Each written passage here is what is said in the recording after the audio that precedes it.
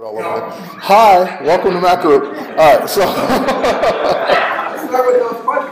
if you were here, you'd get the joke. Anyway, so Photoshop Elements was, again, designed with each version, making it easier. And the true story that last time I did Elements, and there was this one technique I did that I wanted to show it again today. I couldn't remember how to do it. So it was luckily it was a guided activity to begin with. Now, if you dumped me in regular Photoshop and said do it, yeah, I'd do it the regular Photoshop way to do it that I would know, but I couldn't remember how to do it in Elements. So luckily it was a guided activity that would walk me through it step by step. And just to give you a little bit of history, if we go way back before Elements, I'm even trying to remember the name of the product. I think it was called Photoshop Express or Photoshop something. And it was just, the interface for it compared to today was horrible. Because there are two types of interfaces that consumers want to see. They want help when they need help. And they want the program to get out of their way when they know what they're doing. And the previous version before Elements, years ago, was all about getting in your way. Trying to walk you through and give you tips and show you everything along the way, even if you already knew how to do something. So with this version, it continues along the path of, there's three modes. Quick fix, just one simple click fixes for most problems. Guided activities that walk you through how to do something a little bit more complex. And expert mode. All the guided stuff gets out of your way, shows you the toolbar, says go for it. You know what you're doing. And I think that's I have said this before, I think that's the right approach to this kind of program. Give you help when you need it, get out of your way when you're ready to do it on your own. Calvin. Two questions before you actually get into the presentation. I think it will be helpful, at least for me. Elements in comparison to iPhoto, and more importantly, it seems that iPhoto has limitations when you get too many photos in it. That's the same thing we're going to deal with. All right, so good questions, and for those of you who couldn't hear it on the video. Calvin asked, he wanted a comparison to iPhoto, and said iPhoto is somewhat limited in what it can do, and especially when it starts getting into a bunch of photos. So I'm going to talk about, that's actually two parts to that question. And even the gentleman that earlier wanted to add text, and he said he had iPhoto and he had Aperture.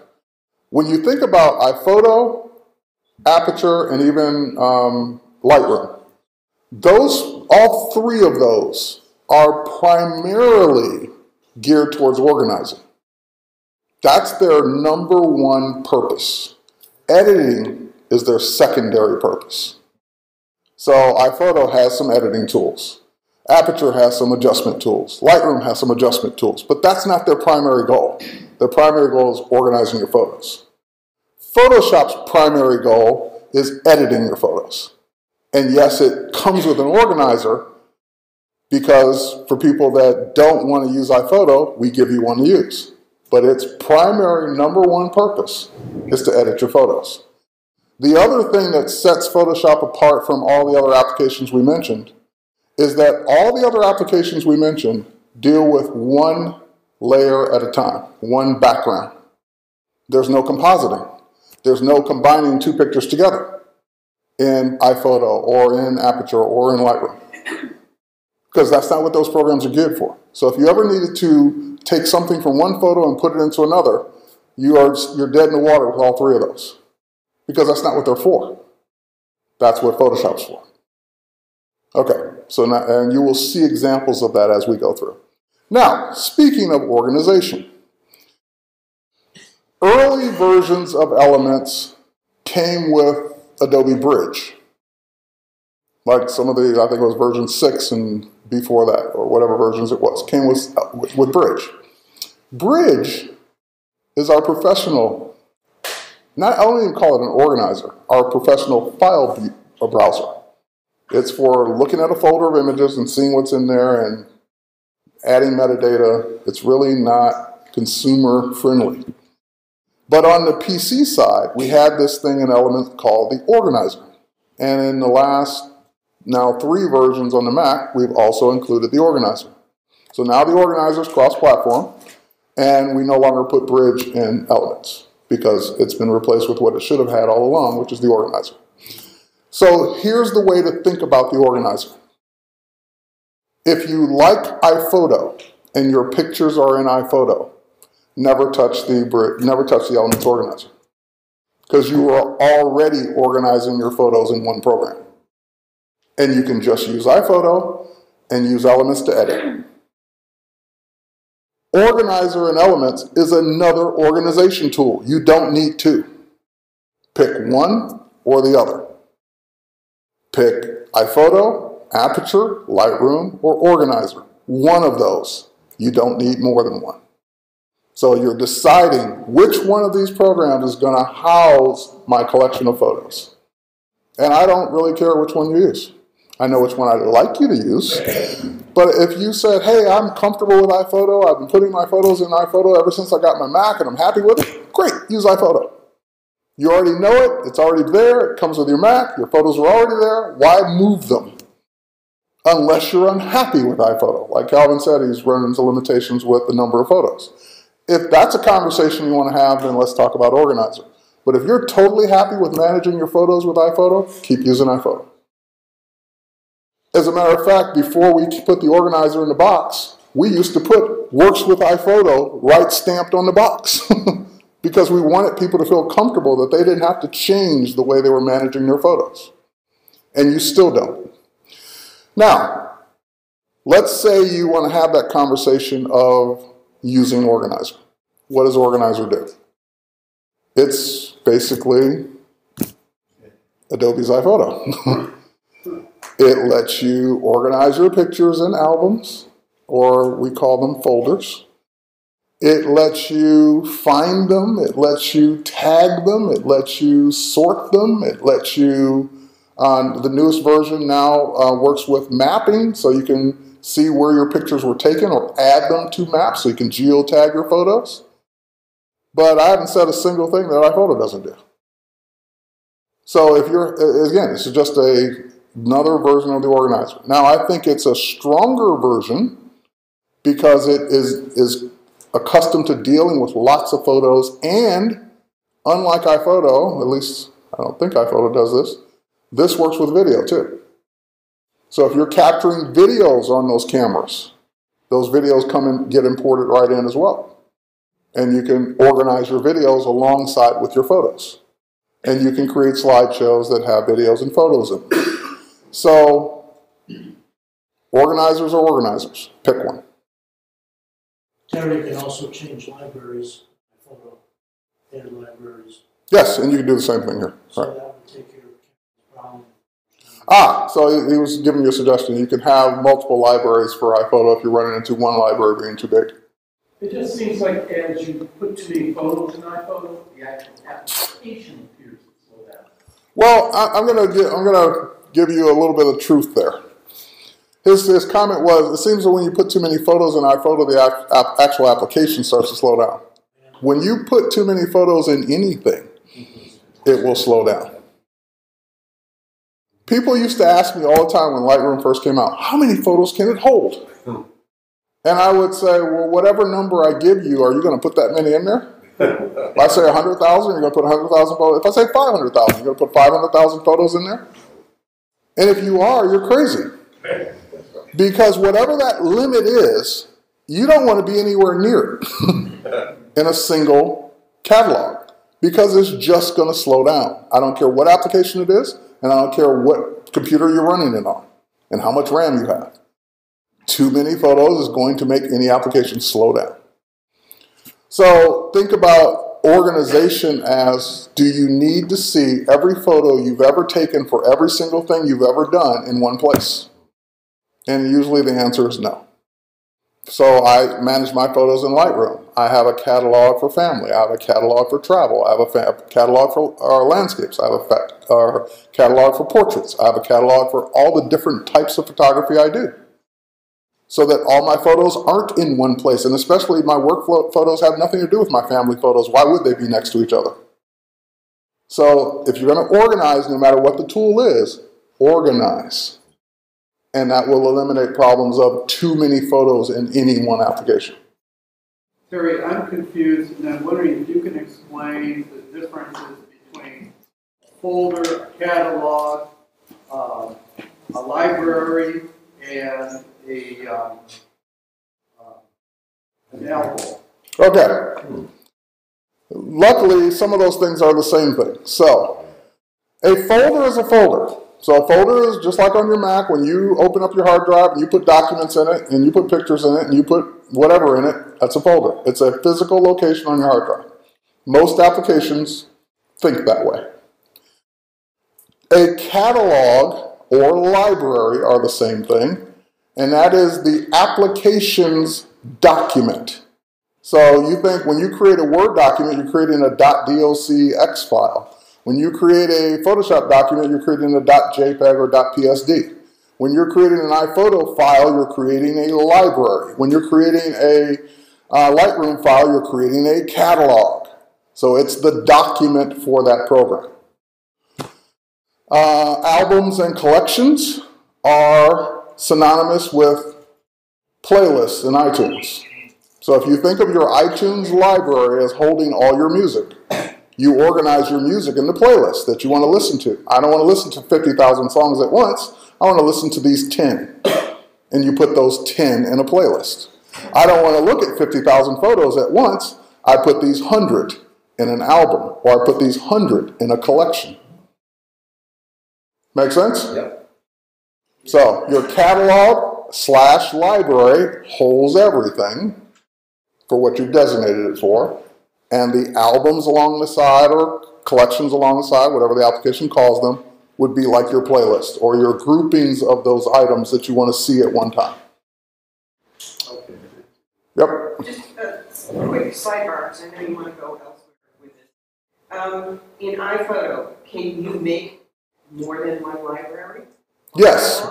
You, if you hold down your Option key when you click to launch iPhoto, it will then ask you, which library do you want to open, or do you want to create a new one? So you can have multiple libraries that you switch back and forth between. A question about the iCloud. If one wishes to have photos disseminated amongst one's devices, and one is using iCloud. Okay. The most apparent thing is that, it has to be an iPhoto. Correct. Okay, so it does have to be an iPhoto. To work with Apple's iCloud, yes. Okay.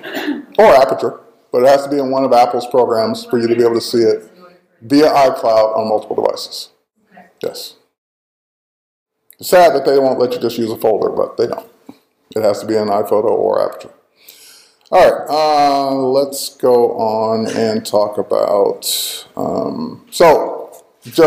before we leave that topic that he asked about, in the Adobe Elements Organizer, here is my Manage Catalog. So that would be in lieu of holding down the Option key on iPhoto, I would just choose it from the menu and switch catalogs, make new catalogs, so forth and so on.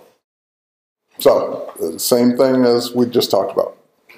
One more library catalog. Sure. If you have an existing library, say in Lightroom, Yep. that has a lot of stuff, and you want to break it into two, is that possible? After you Sure. Because Lightroom can import from an actual catalog. Oh, okay. So you could say, hey, I got 10,000 photos in this one catalog. I really want to make two 5,000 photo catalogs. I'm going to make the new one, have it import all 10,000, and then delete the 5,000 out of each one that I don't want in each one. Or you can actually even tell it when you import from the catalog which photos to import. You don't have to say all. I thought I saw a hand. Okay. All right. So we are in the new organizer for Elements. I want to, there's a spot that I wanted to go to, that I wanted to see something here. Yes. And there's a particular one I wanted to see. There we go. Oh, media. Places. It was up here. Okay, so media is showing me everything. People is going to drop it down to people. So the same kind of faces feature in iPhoto. Places is the new one that actually now lets me designate where photos are or where they were taken on a map. Again, none of this is new necessarily concepts. We've seen these things before. So if I go here where 47 photos were taken and I say show me the media, it's showing me the 47 photos that were taken in that one spot. If I say show me the media here, it shows me the one photo that was taken in that one spot. If I say, here, let's go, if I have a different one here. This is designated by the metadata from the photo? Correct. If the photo already had the location information in it, then it will show up on the map. And that's what I was looking for here. I was trying to find one that did not. So here. Or let's pretend this photo did not. Let's say this photo, the camera that took it didn't have any kind of way of putting the GPS information in. You just took it with a regular point and shoot or something else. Then you could literally drag it. Actually, you can say add places. There we go. And now we can literally drag and drop it wherever we took it. We can search for the location first. We can zoom in on the map and get very specific of where we're dropping these photos. Then it will add that metadata into the photo. So from that point on, it knows where the photo was taken. What kind of thing can you type in? Zip code, latitude, what? Addresses and some like known landmarks. It's not as robust of a search as I would have liked to have seen. Let's put it that way. But it will take addresses, which is what most people need. Okay, so that's pretty much my spiel on organization. It's really, if you think about it, how you want to be able to look for your photos and how you want to group your photos together for things like slideshows and exporting and making greeting cards or whatever. That's what the organization is all about. And we all have more photos in our whatever we're using than we need. All of us. So it's coming up on a new year. Spend some time over the holidays deleting some of those photos you know you don't need copies of anymore. Hey, Terry, Yes. you prefer Lightroom 4.3 for your organization? Absolutely. How much difference is there between the Elements 11 and 4.3 Lightroom? For organization, night and day. Well, I take that back. For organization specifically, they do the same thing. Put them in collections or albums, add metadata to them. What else is there? Add metadata, put them in, organize them in different order, put them in different order. For organization specifically, all the organization programs do the same thing. But when you go beyond organization, if you compare Lightroom to just this organizer, it does a lot more. Lightroom also gives you an automatic backup. Okay. All right. How come you got one picture that's not open? How come I have... That's a movie. It's a movie. Oh, yeah, that's a movie. Oh. Okay, let's move on. And let's start with these. Okay, so here, and none of these are my photos, by the way, so you can insult all you want. Say these look like crap. I don't care, because they're not mine. So you don't have to hold back. Purposely used actual demo material for this instead of my own. And it was mainly because it would have taken me longer to go find specific examples for every single thing I want to show rather than just use the files they provided me. Now, in this case, this looks like some kind of either zoo or African safari. And the pictures, even without me going any further, let me look at your screen, look pretty washed out. As a matter of fact, can we, Calvin, can you turn off? Oh, never mind, they're off. I see it. Never mind. You did it. Good job. So, I want to take a look at fixing one of these photos. So, let's go here. Let's, we can select the photo, and down at the very bottom, I'm sorry that some of this stuff is cut off, but I'm at a really short resolution for the video recording. But on your screen, you'll be able to see everything. It basically is the editor button. It says, I have organized these photos, these 5 in this, this folder called Adjustables, and now I want to actually adjust one of them. Now we need to leave the organizer and actually go into Photoshop Elements to do that. So there's a button down here at the bottom that says Editor, meaning take the photo or photos I have selected, you can do more than one, and then launch it in the editor. So it just quickly toggled, so Organizer is now in the background, Elements came up to the foreground, opened up the picture and says, okay, what do you want to do? And here are the three modes I talked about: quick, expert, and guided. So it's in order of preference. I would always want to do something quick if I can, guided if I can't do quick, and then, okay, there's no guided activity, I have to do it myself in expert. So I always default to, I want to get it done as quickly as possible. I hope there's a quick fix for it. So there are all kinds of categories. And what's new in this particular version is that if I twirl this down, it shows me examples of the smart fix. And I just hover over the one I like, find the one I like, and click it. Done. If I can't decide,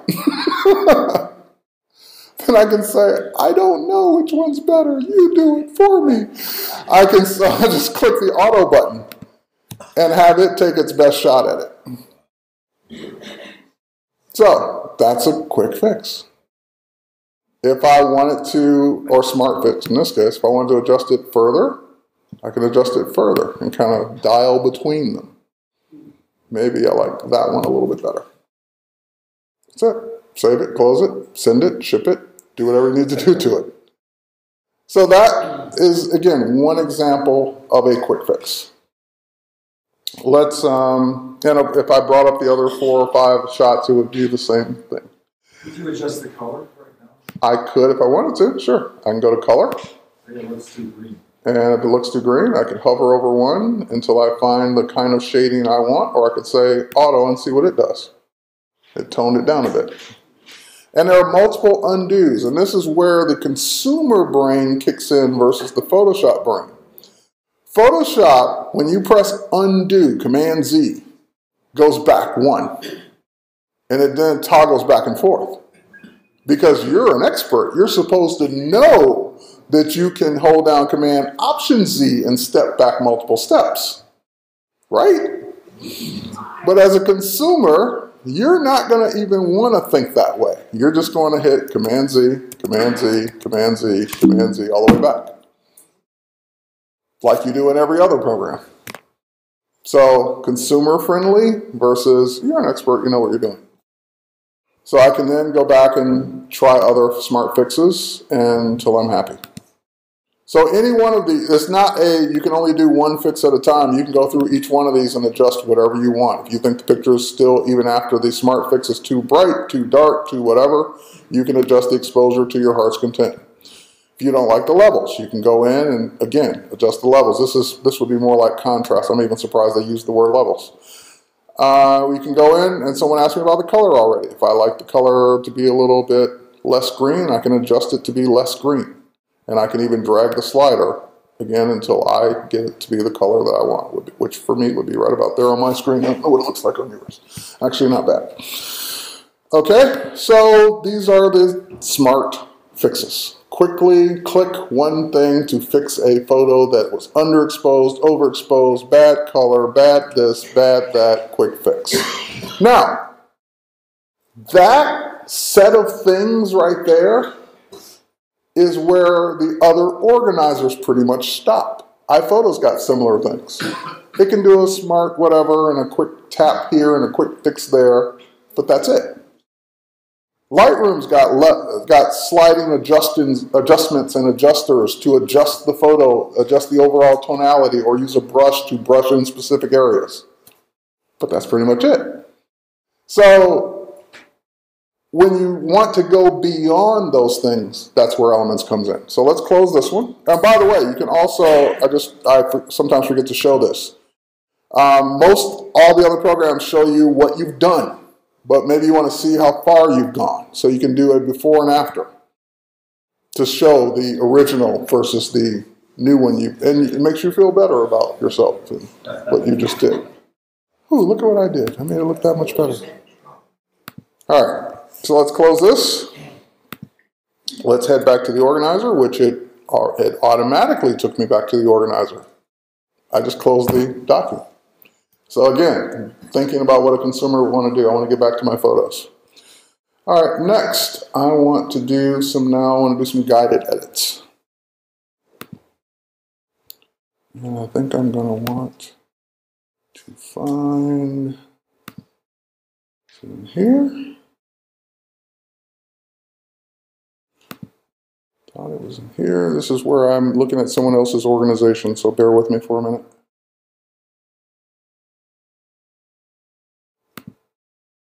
No, no. Here we are.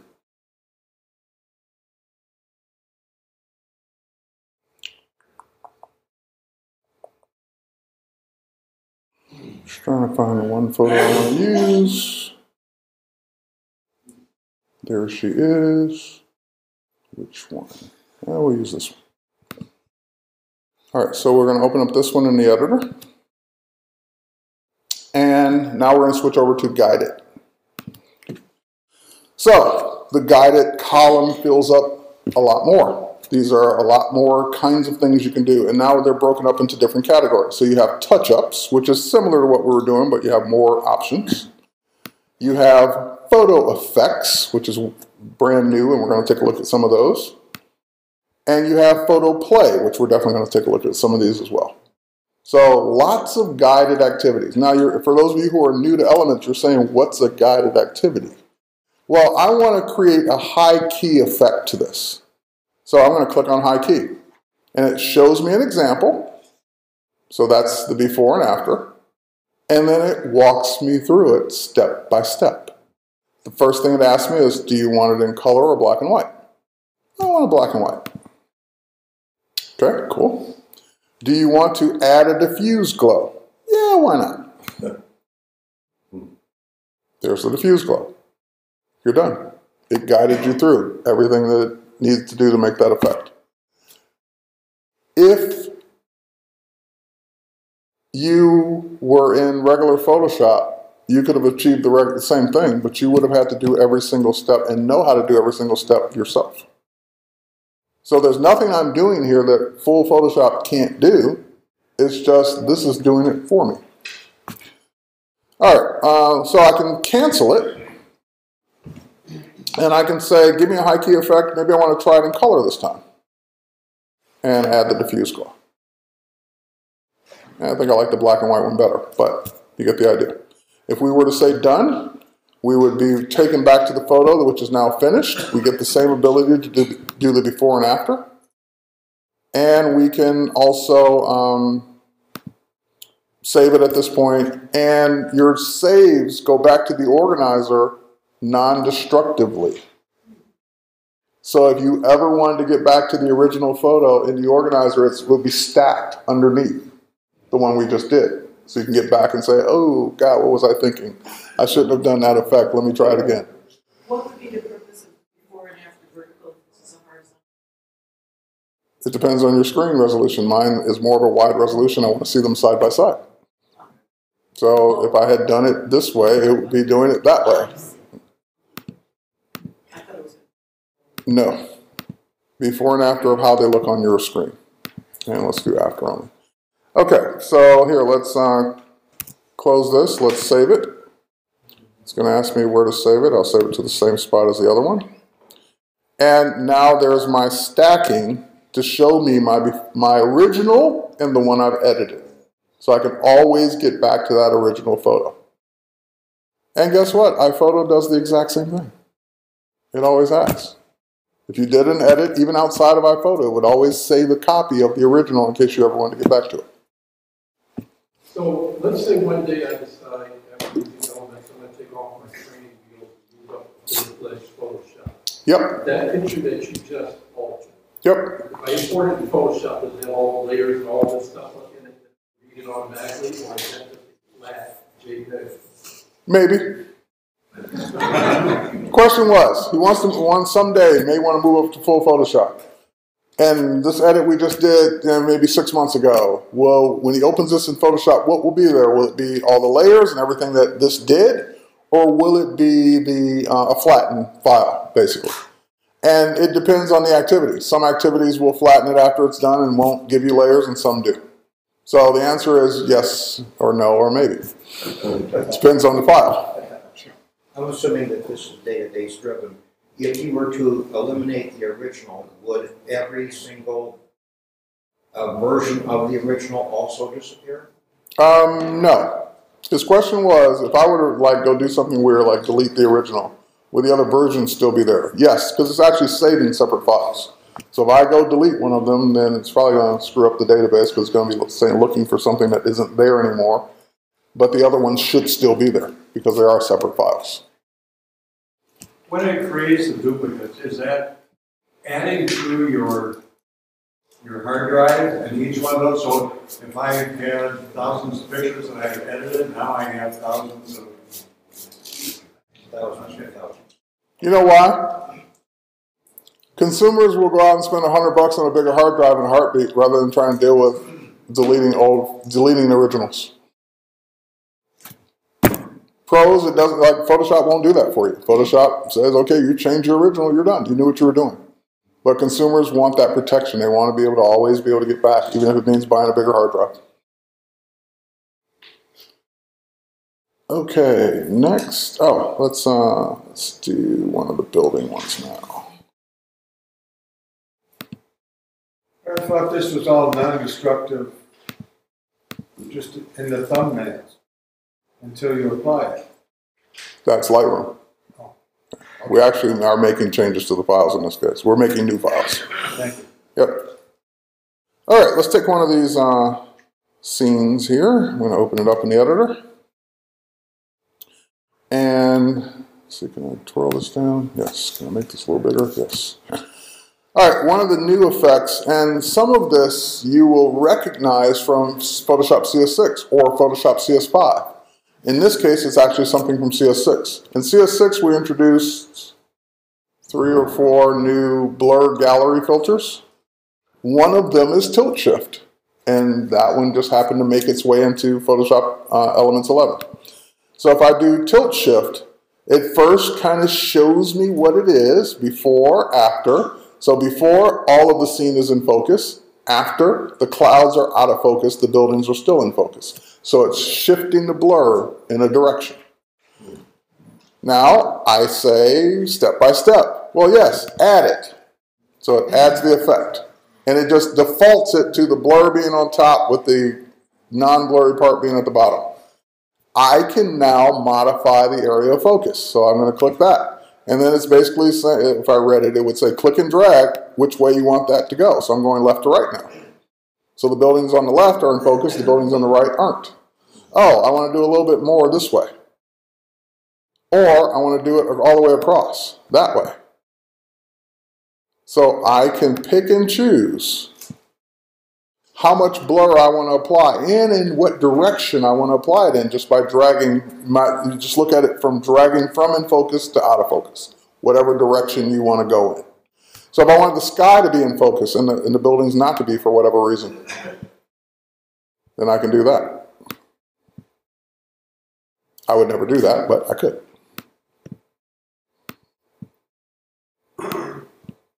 So tilt shift and refine effect, which actually allows me to go in and adjust how much blur and how much contrast. Is that the same as the Gaussian blur, or is it something different? Gaussian blur is usually all or nothing. This is something different. Well, I mean, you can modify it with masks, but is it the same type of blur? Same type of blur, yes. Okay, so cancel. I don't need to keep that, but that's just one of those. All right, now we're going to do one that, this is the one that I told you I couldn't remember how to do, and I wanted to, I could have swore I put it in that catalog, or that folder, but I didn't. Let's go to All Media. There's a scene I'm looking for. I thought I had added it to that folder, but apparently I didn't. It's a guy on holding a surfboard. Yeah. Right where? There it is. Yep, thank you. All right, so I'm going to do editor. And what I would want to do, and this is one I've done before, I'm going to go down to Photo Play. And I'm going to choose out of bounds. Now what this particular one does, and that's why these are called photoplay, because you're kind of creating like some kind of art, or you're creating something that's a little bit more than just a standard flat photo. I want the front of the surfboard to be sticking out of the photo. Okay. Now again, think about that. Even for a Photoshop professional, that's like, okay, how would I do that? Okay, maybe duplicate the layer and clone out the other. You know, you start thinking about all the process that would be involved for that. And as a consumer, you would never approach that manually because you wouldn't know what tools to start with. But if I say out of bounds, it shows me the before and after. So the leg is coming out of bounds in this case, which is kind of cool. And then it walks you through it. So add the frame. And I'm going to choose what part of the photo I want to be out of bounds, which is that. Actually, I want to do it this way. That part of the photo. And we click OK. And we click OK again. There we go. And next, use the selection tool to select the part you still want to keep. The part that's out of bounds. So I'm just going to work with my stylus because it's easier for me. So this is using quick select.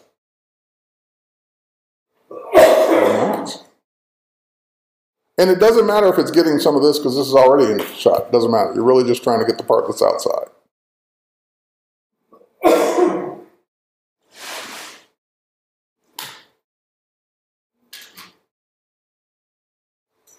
All right, so quick select did a pretty good job. I could refine edge if I wanted to.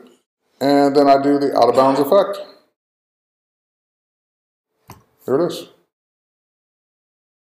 I could even add a gradient background to it if I want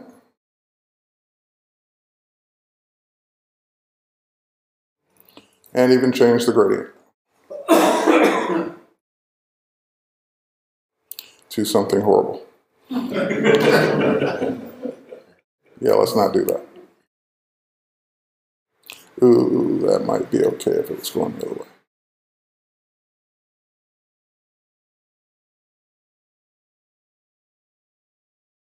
Not bad. Now, I could have tilted the frame also, because in that example, the frame was slightly tilted because the leg was going out at an angle. Can you make that transparent? Can I make it transparent? I don't know if that's part of the guided activity, but obviously you could once you're done.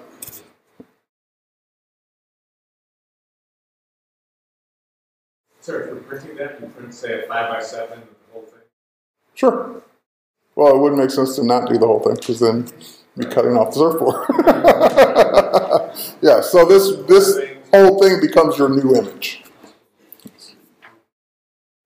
So, guided activity, walk me through something I would have, as a consumer, would have never attempted on my own. Is that a Wacom tablet? It is a Wacom tablet. Intuos 5. What? Intuos 5. Which brings up the magic question. For beginners, such as I, do you recommend that they have a tablet to work these with, or do they try to hack their way through it? I always recommend a tablet. And what would you recommend a good tablet? Any tablet beats any mouse. Any $50, $79, $100 Wacom tablet is better than a $200 mouse any day. So I don't care which one you get. Just get a tablet. It's going to be better than a mouse for this kind of work. Now, the professional line is the Intuos line. But as a consumer, you're not going to spend 4 times what the program costs for your tablet. So that's why Wacom makes a $59 tablet and a $79 tablet and a $99 tablet. So those are the consumer ones. Those are the Bamboos. So a Bamboo tablet, hands down, better than any mouse. But any tablet is better than any mouse for this kind of work. Do all tablets come with stylus? Yes, otherwise you wouldn't have much use for it. Yes, and let's say you wanted to do exactly what you did, but in Photoshop. I have Photoshop 4. Mm-hmm.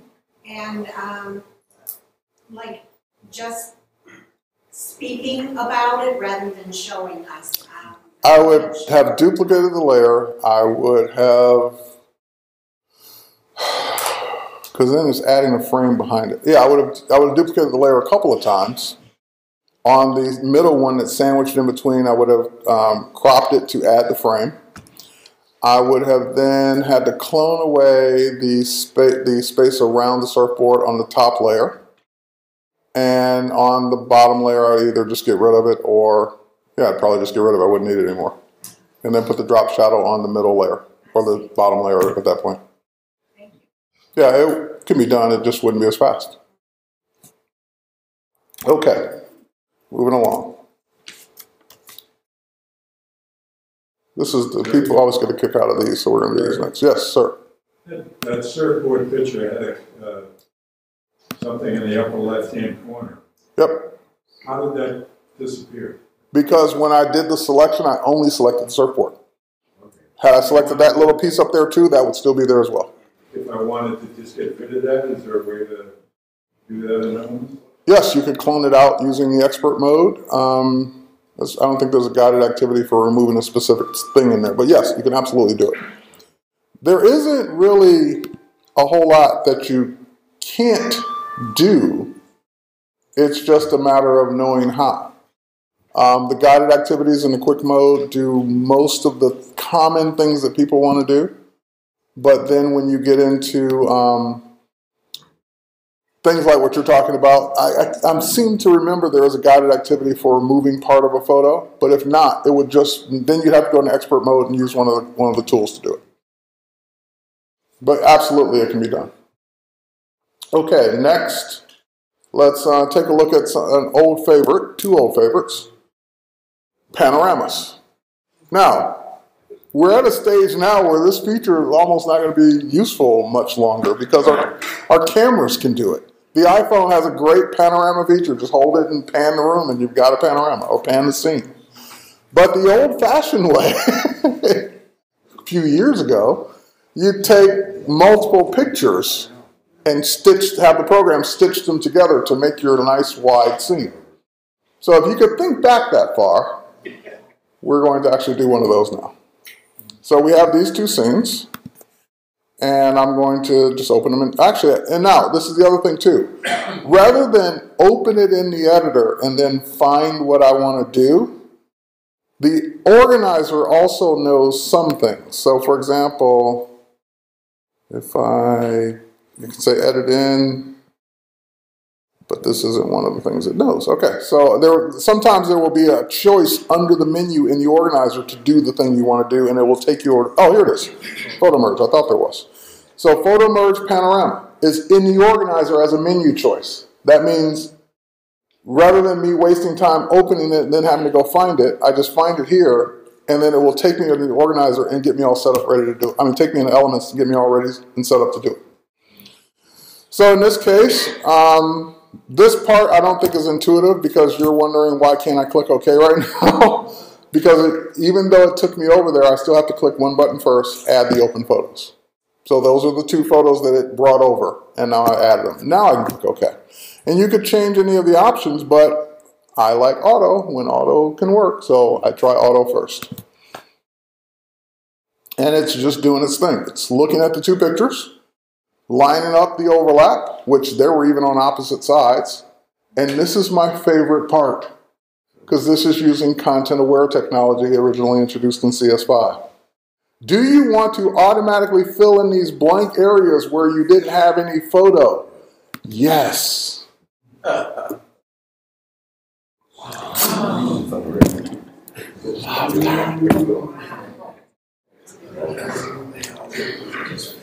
That'd be worth my $79 right there, but just me. How do you print that?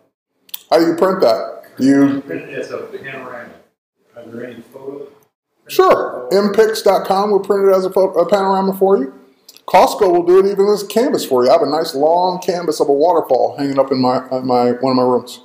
Consumer printers can't buy panorama paper. Sure you can. It's called banner paper.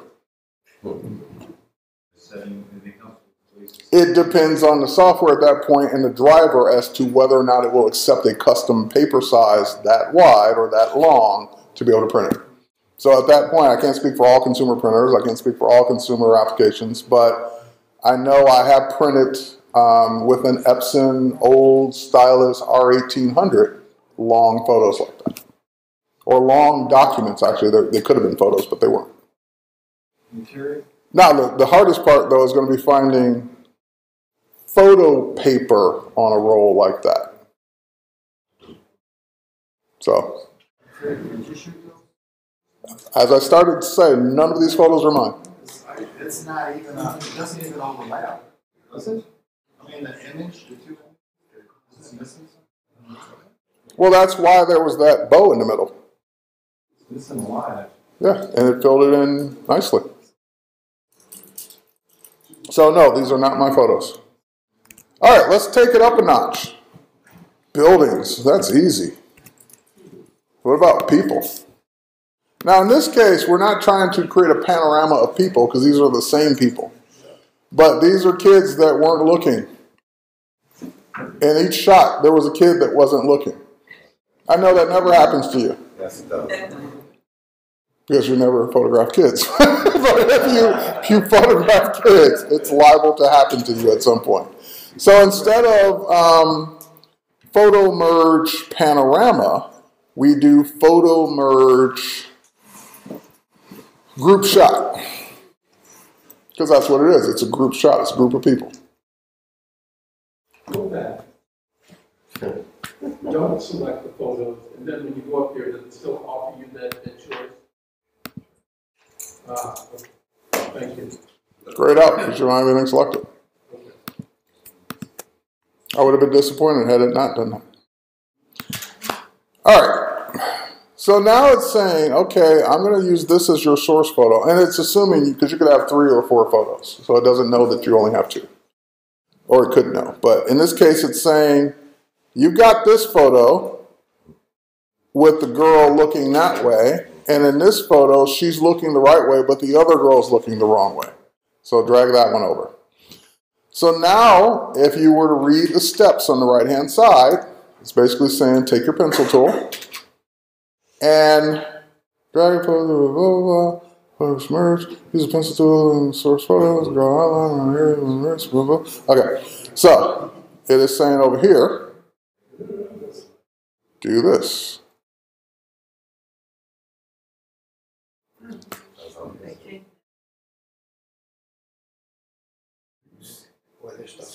Are you done? They're all looking now. Great. You can do it your way. That's easier. Why did they build that? Say again? Why did they build a quick version of that? Because then pros would complain about it. Pros complain about everything.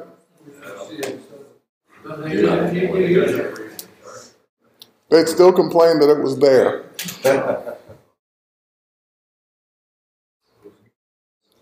That's our new photo with everyone looking.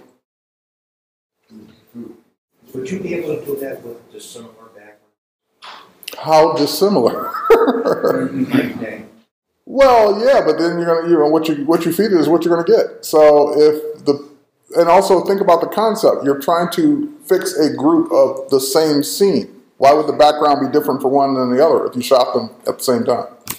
So yes, it would work, but what that looks like depends on the photo itself.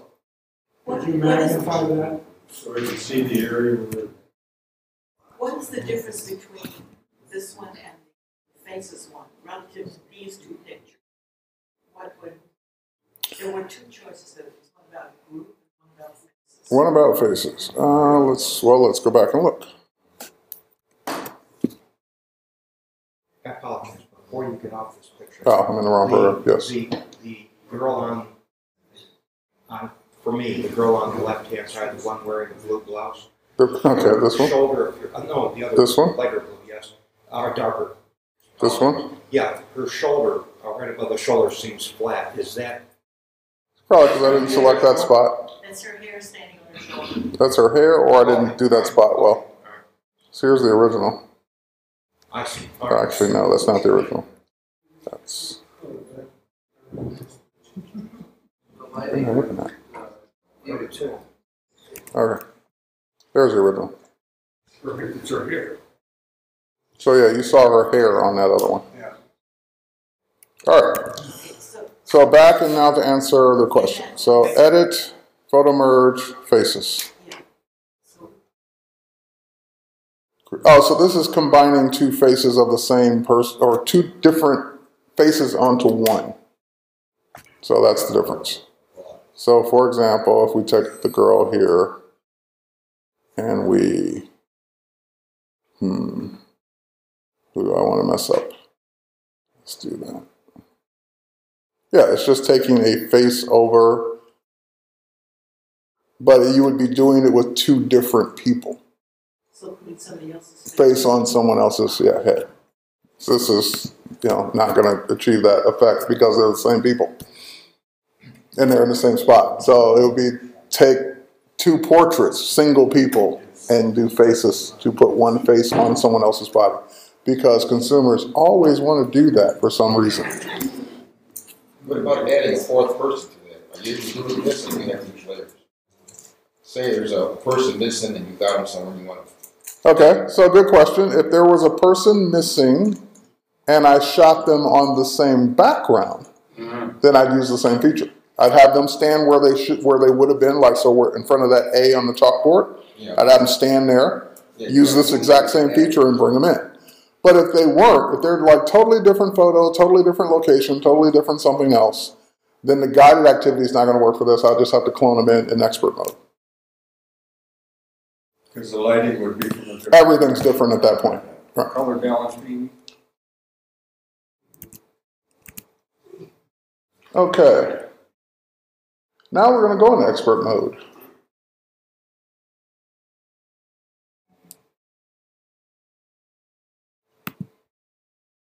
And the one I wanted to do, oh yeah, I remember. I'm going to work with this boy. So I'm going to select this photo. I'm going to find a totally different shot that he was not in. Select that photo. So now I've got them both selected. Just going to go ahead and open them up in the editor. Oh, I didn't want to keep this one open. Oh, and that's the wrong one. That one's already got some work done to it. So, close, close. Let's go back and find the right kid. That one's already been edited. I should have a version of him. Oh, well, actually, we should be able to expand him out.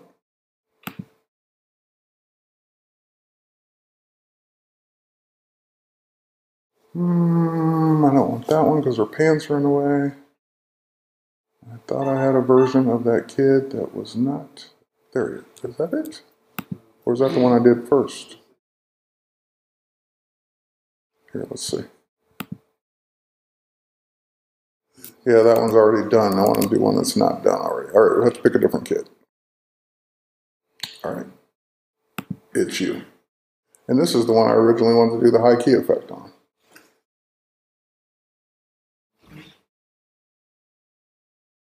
Actually, this was a better one. We'll do this one. Okay, editor. I want to take that kid and take him off the beach, put him on the grass. Okay. Guided. Let's see. No.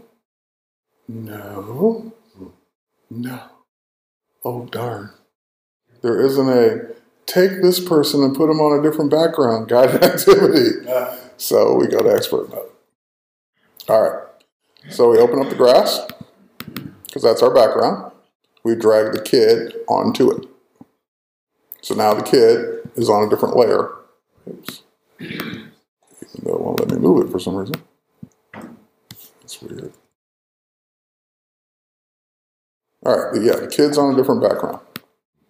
Now, luckily, he's actually filling up that background quite well. But let's go ahead and, obviously at this point, we now want to get rid of the beach. Leave the kid behind, show the grass through. So at this point, I'm in expert mode. Now I need to know what I'm doing. So the first thing I need to do is select just the kid.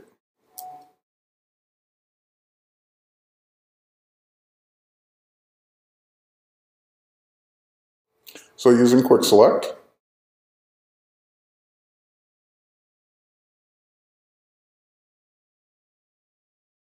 just the kid. All right, now the problem is hair. Because hair is never selectable easily with this kind of tool. This tool is for hard edges, right? Or baldness, yes. So anything hard edge, clothes, your arm, your silhouette. But when we get into hair, which I don't have much of, but we got hair flying out, the tool is just not precise enough to capture those fray pixels of hair going out. So in CS5, we introduced Photoshop CS5 professional tool. We introduced something called Refine Edge. And Refine Edge was designed to, as best it could, go after those stray pixels of hair or soft edges and hard edges at the same time. Refine Edge has made its way into Photoshop Elements 11. So when I click Refine Edge, it's actually the exact same dialog box that comes up in Professional Photoshop.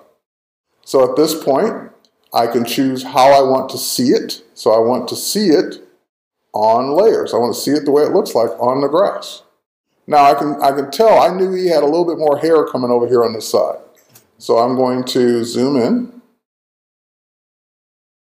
And I can even see where it's getting chopped off quite harshly or hardly. And at this point, I would now use the Refine Radius tool. Go against start and target what used to be the background. So this would have been where the beach would have been. And it will start to pick up that hair that it missed. And give me more of it.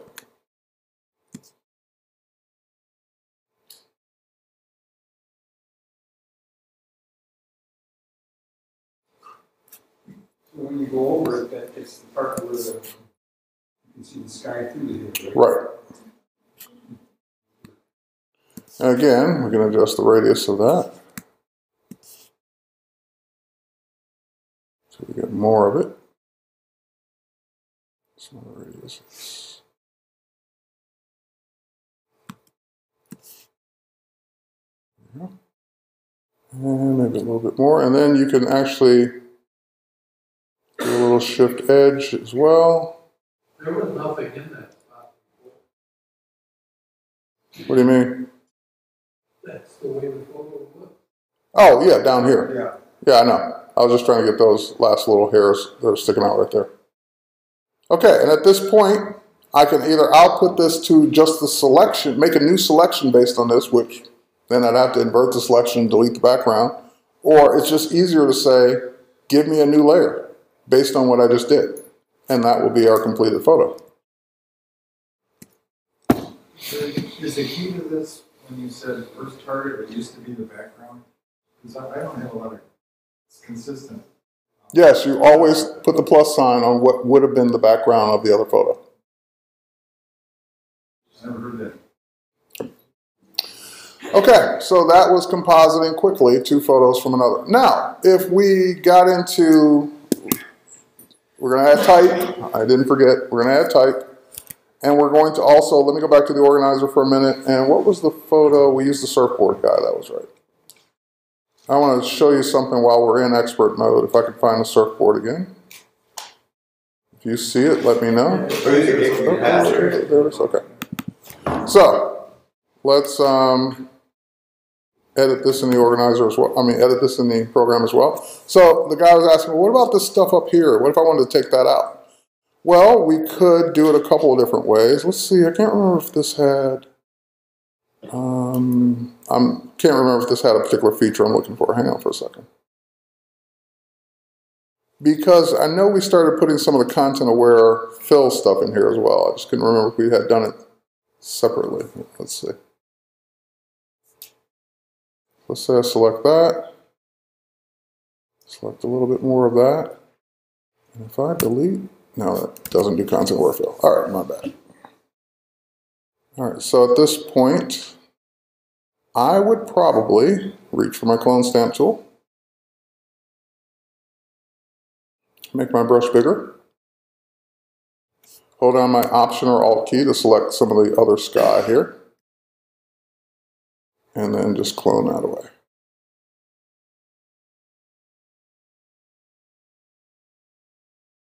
That's how I do it.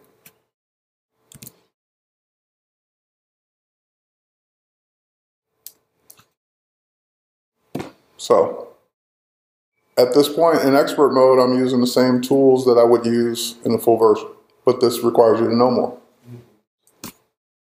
Terry, can you put blue skies and clouds into something that's white or gray? Sure. So, is there an easier way of doing that, or? Well, at this point, see, think about it this way. Easy is relative to what you're trying to do. So,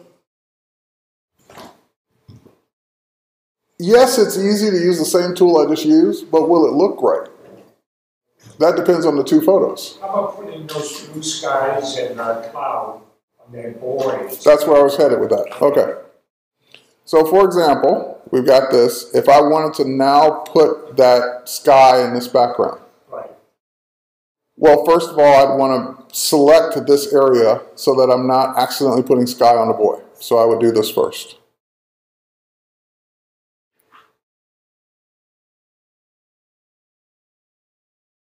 And then get rid of this. So now I've got the sky selected. And making sure I don't have anything else. So at this point, I can do it a couple different ways. I can go back to this one. And I don't know, I haven't tried this in Elements. It might work. Let's see. In full Photoshop, you can actually clone from one photo to another. So I assume this will work, but let me try. So I'll select my source here, switch over to the other photo, and yeah, that works. But it's not in the same spot. So let's undo. And let's start in this corner. Also, the resolution would matter too. Hi. Oh no, people in the water. See what I mean? Yeah. Depends on the photos. So I would probably keep going. Start shooting extra photos of the sky. Yes, exactly. And then I'd say, okay, well, I really don't want the surfboard and I really don't want the guy there. So now, make this my source, start cloning him out.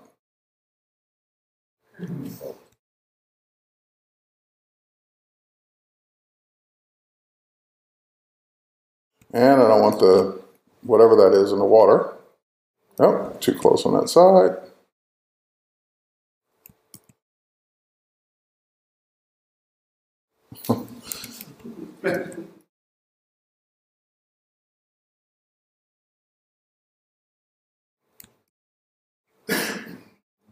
And again, if you do too much of this, it will start to look like you're doing it because the pattern repeats.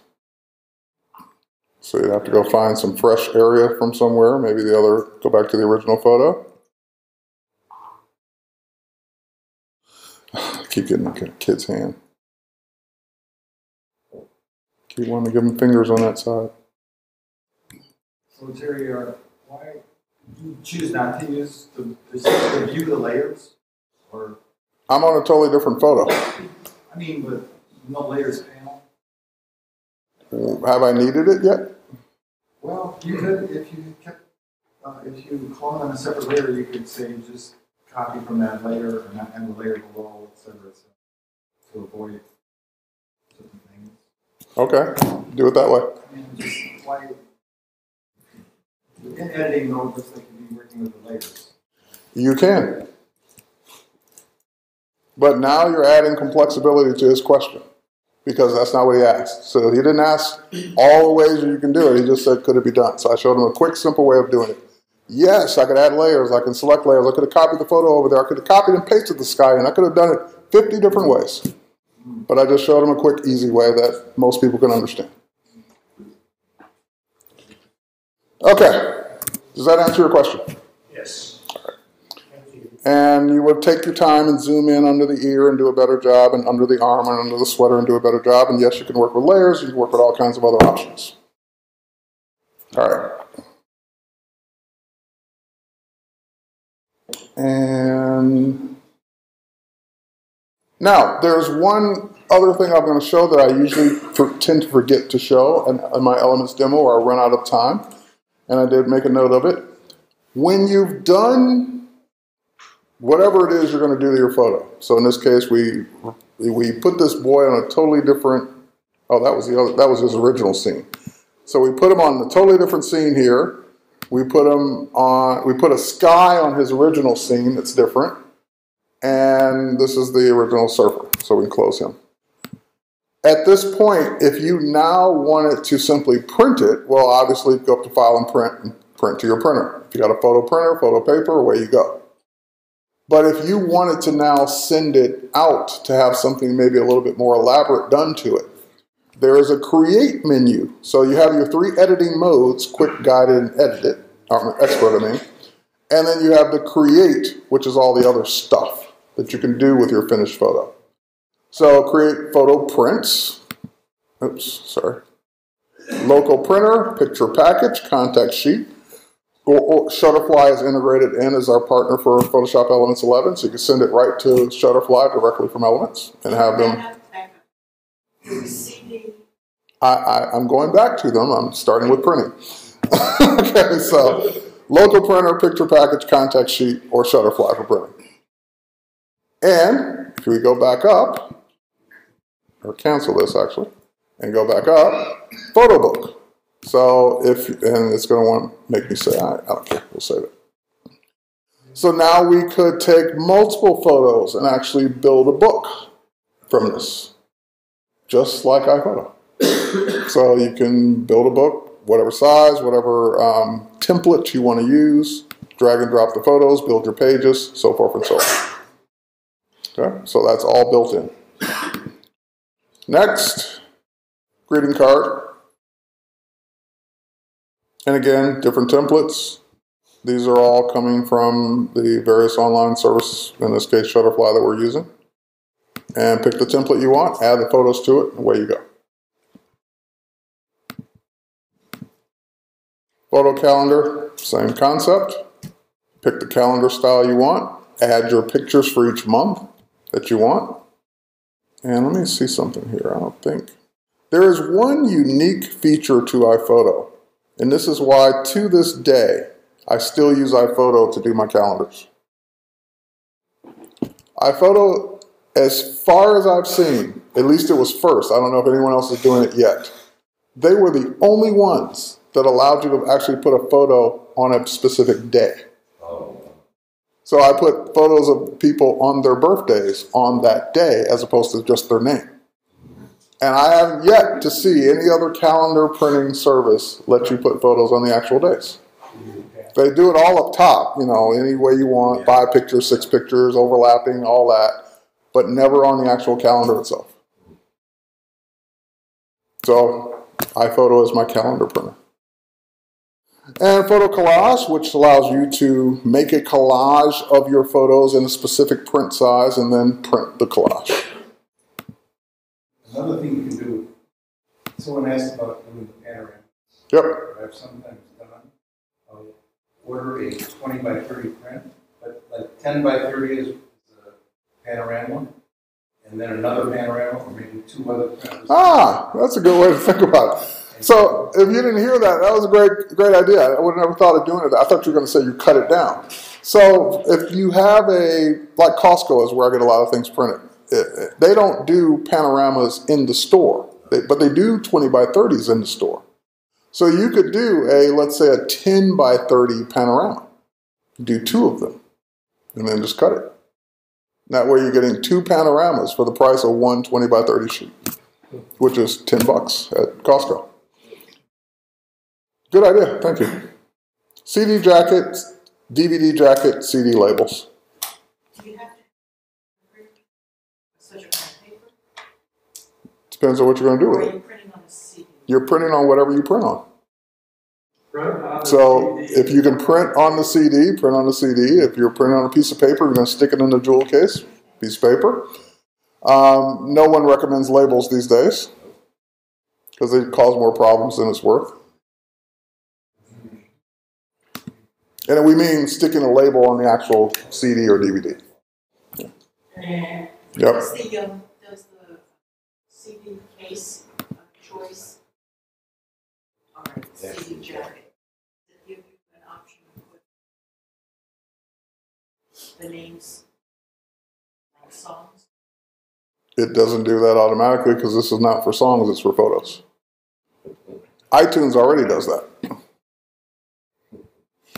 So if you're going to create a jacket for songs, just do it in iTunes. It does it automatically. Would you do me a favor? Would you click on the word filter? Filter. Does it have a thing called artistic cutout? Probably not. Oh, yes, it does. Good. Okay. All right. Now there is a filter I did not show. It's a new one. Actually, it might be. I think it's a guided activity. Thanks for reminding me. There's a new guided activity called line drawing. Actually, is that the one I want? Yes, that is the one I want. Line drawing. So first you apply pencil sketch. And then you can adjust the opacity if you want. And you can adjust the levels if you want. Very nice. Yes. Especially for one click. Can you adjust the thickness of the line?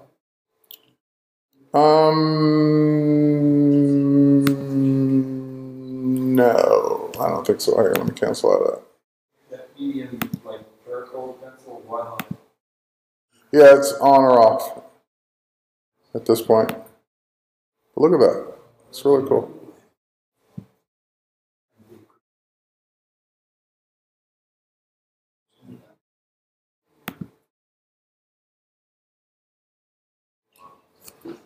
All right. I think that does it for Photoshop 11. Photoshop Elements 11. Oh, text. Sorry. Where is he? You didn't say anything. Oh, you're right. Okay. Okay, so adding text to your photo. Thank you for being on it. Expert mode, because that's where your text tool is. Click your text tool. Click anywhere you want your text to be on the actual photo. So if you wanted it down here kind of out of the way, or you want to make a big headline, you can put it wherever you want. Like a text box. I type my text too big. Down here are all my options. So I can say whatever point size I want. Make it whatever font I want that I have in my fonts. So many fonts, so little time. Let's do. Are those the fonts from Elements 11 or those? These are mine. Yours. That's why it is. See, that's good. We'll keep it simple. And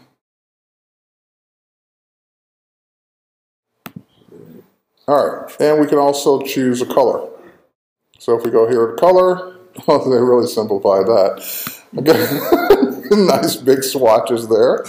Or you can actually, let's see if that works. That will not work here. Huh. Well, I was going to see if it would let me actually sample the color from the sky, but apparently not. Color picker. What's under color swatch? Yeah, just the different ones. So that one is the OS one. Can you use your eyedropper for color? Well, I'd have to choose it first before I went into this, but yes. Can you drag the text box now that you've set it? Or close.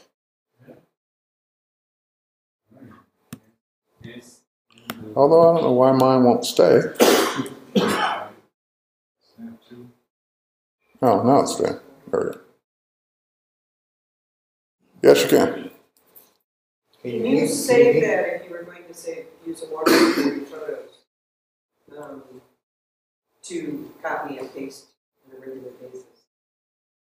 I suppose you could go back in and copy it. Probably be the easiest. Okay, sorry. It's okay. I love it when people answer their own questions. It saves me the work. Now, let me see if I can do this. So now that I've got that selected, let's see will that work. No, it picks the new foreground color, but doesn't actually change the text. Oh, let me see if I can actually highlight the text first with the selection tool. Dun, dun, dun, dun. Nope, because then it gets out of that. Okay, it really did make that part harder. But now that I've got, let's see, let's really make it different. Now that I've got that color,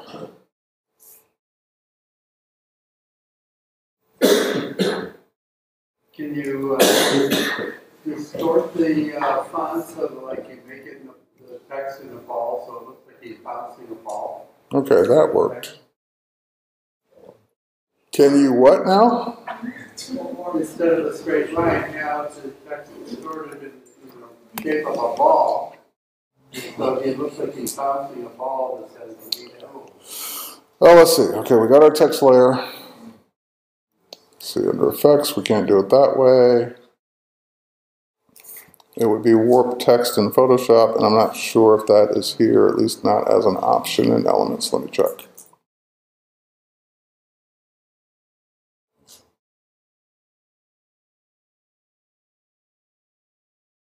Does that text look? Well, transform is just going to be free Or transform. you just make a circle and make that a ball. Put the text around the circle. Actually, there is a path type tool, so let's see if that works. The T. I know, I found it. Let's, Really pushes it 100 bucks. yeah, they are, I know. Oh, there it is, I found it. Okay, so there's warp text. That's what I was looking for. So if we go to, here, let's do it this way.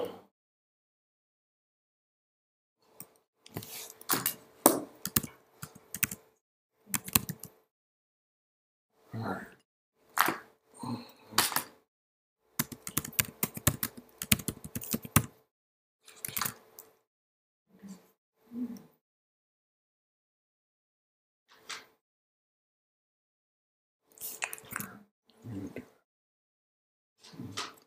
Clicked OK before I was ready.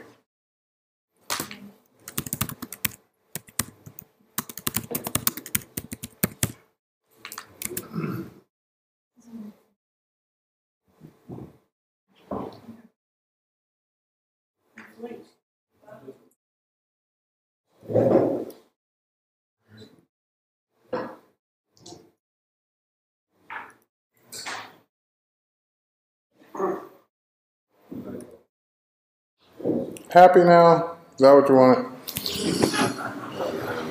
Text on the ball. And yes, they are pushing 100 bucks, but it is there. Earlier, when you were showing us one of the drop-down menus where you went to Panorama, there was another one in there that said something about text. I didn't know whether I thought you were going there earlier, but I'm not sure. You mean under Photomerge? Not under, I don't think it was Photomerge. Under which one then? I thought it was Panorama. Well, Panorama isn't merged. Panorama, right, that is merged. Sorry. It was one that you showed, it was in that menu, or maybe it was with the two groups.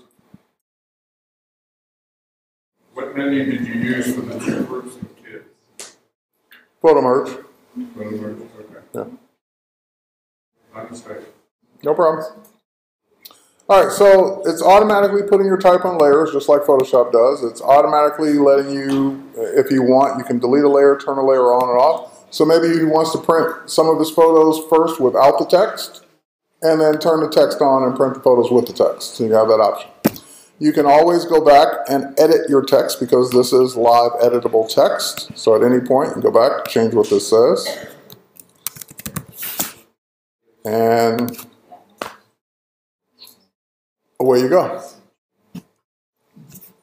I understand that you use Photoshop, like all of that, and you don't use Elements. I do, and that's me. I use Elements once a year for 2 hours. And I understand that Photoshop is more powerful. But Yes. It seems to me that 85% of your pictures you can do with this, yeah, it might be quicker. That's what I said when I started. Yeah.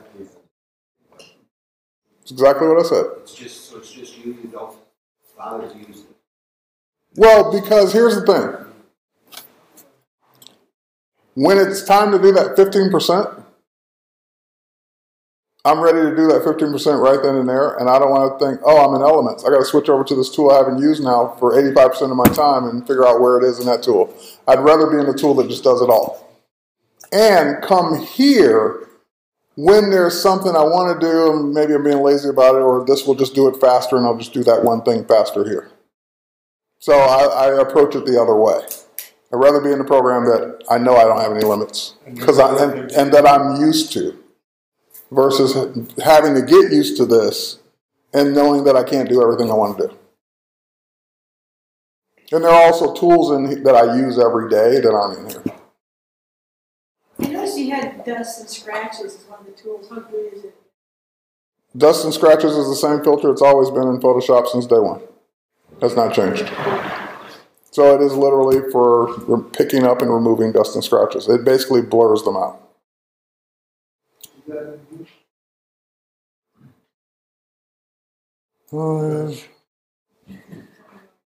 Yeah, same filter it's always been.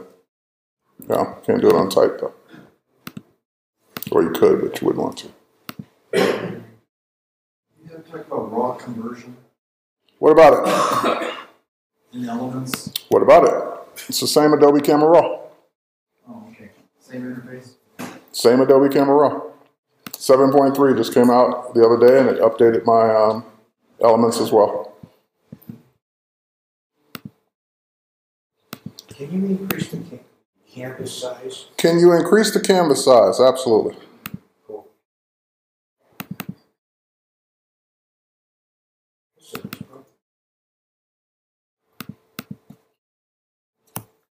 There's Camera Raw in Elements.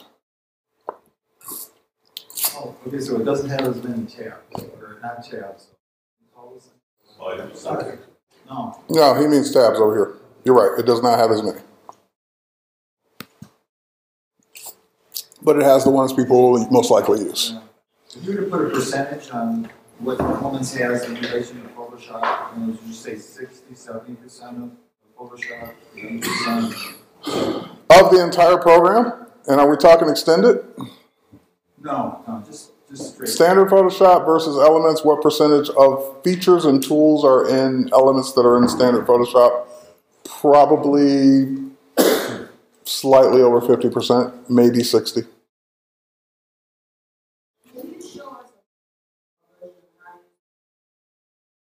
How to use the what? Oh, I've never used it, so probably not. But I'll try.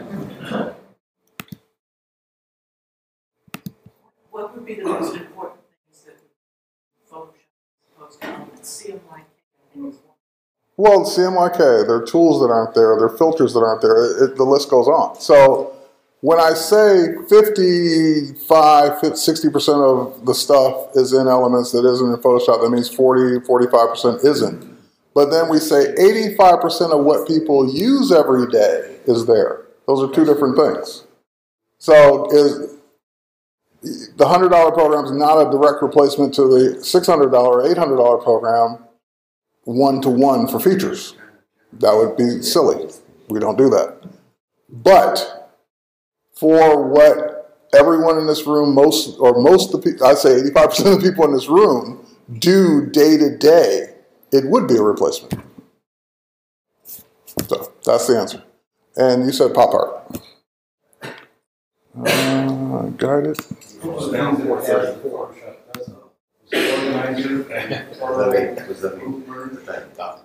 What does Elements have that Photoshop doesn't have? Organizer. The organizer, obviously, and the guided activities. Low price tag. Well, yeah, low price tag. Guided activities, and yeah, that's what I mean by the guided activities, the auto stuff. Like the photo, the group merge, and the group stuff. Right. Oh, this is kind of cool.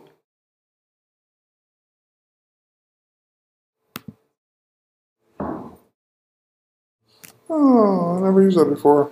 I see why now. So no, I don't have a good example when I would use it, because this isn't one. If you had the right image, I could see where it would be useful, and if you play around and get the right colors. Yeah. Yeah.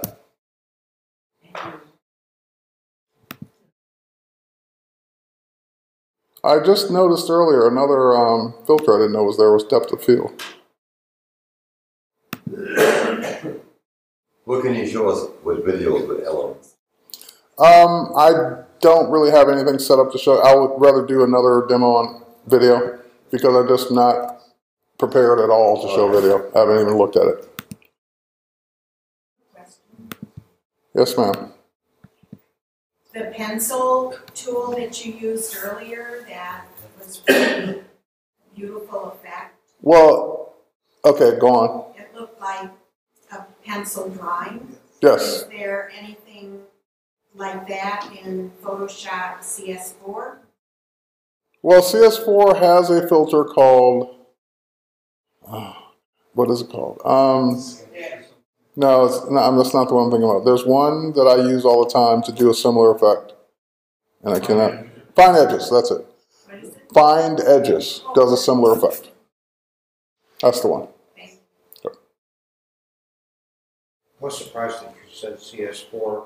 Do you keep older versions for things that are no longer available? Me personally? Yes. No. CS4 is out of sight, out of mind on my computers. I mean, I haven't thought about CS4 until someone asked me. But I just happen to know that filter's been there forever. That's why. So there's nothing that's been deprecated from older versions? Sure. Things have been replaced. So Refine Edge replaced, what do we used to call it? See, that's the hard thing too, is trying to remember what's new and what things used to be there. No, we used to have a filter called Extract. So Refine Edge replaced Extract. Some things get killed and come back, like Contact Sheet got deleted at one point because it wasn't 64-bit and people screamed and it quickly came back. So there are things that sometimes do get killed prematurely and people want them. No. Any other questions? Are you saying that Find Edge is the back end? CS6 always had it. It was, Extract was deleted, I think, from CS4 or CS3, and then it came back as a download, and then it got replaced by Refine Edge in CS5. Right, that's when I was going around the boy's hair. Right. The problem with Extract was just for soft edges, whereas Refine Edge does both soft and hard edges at the same time. So it was replaced by something better. It just got pulled at one point before the something better was ready. Would Elements and Lightroom be a good combination?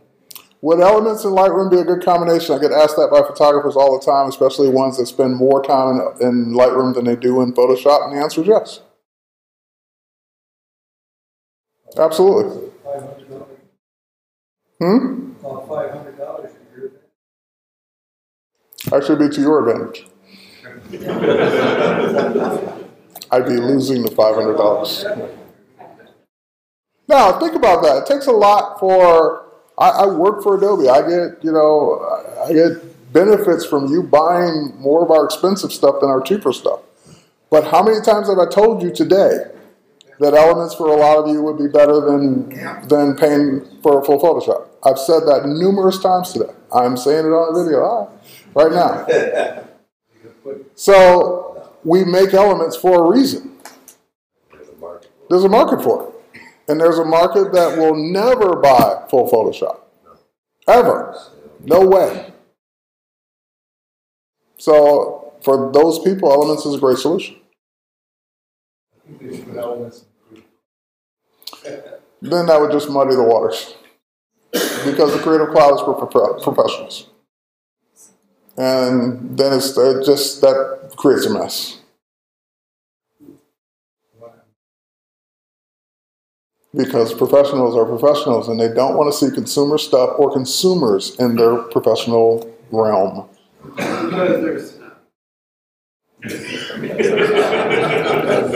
He said that, I didn't.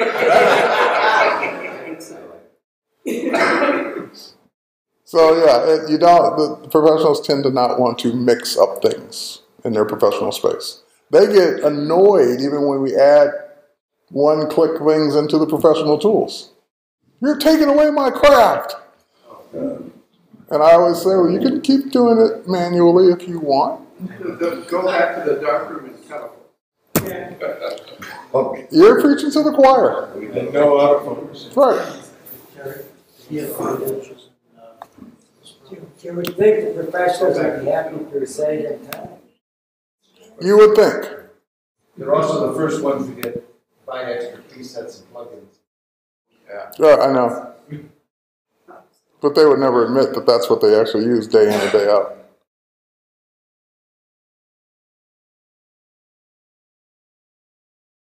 Does this have a lens correction program? Yes, it does. So that's find edges that you would have in CS4. And you could convert that to a black and white to make it look better. But it's not as good as the new filter in Elements. What? Someone else just asked me something. I guess not. Okay. We're going to start to wrap things up. Move on to our raffle so we can get you guys out of here fairly on time. So what do you think of Elements? Yeah, pretty cool.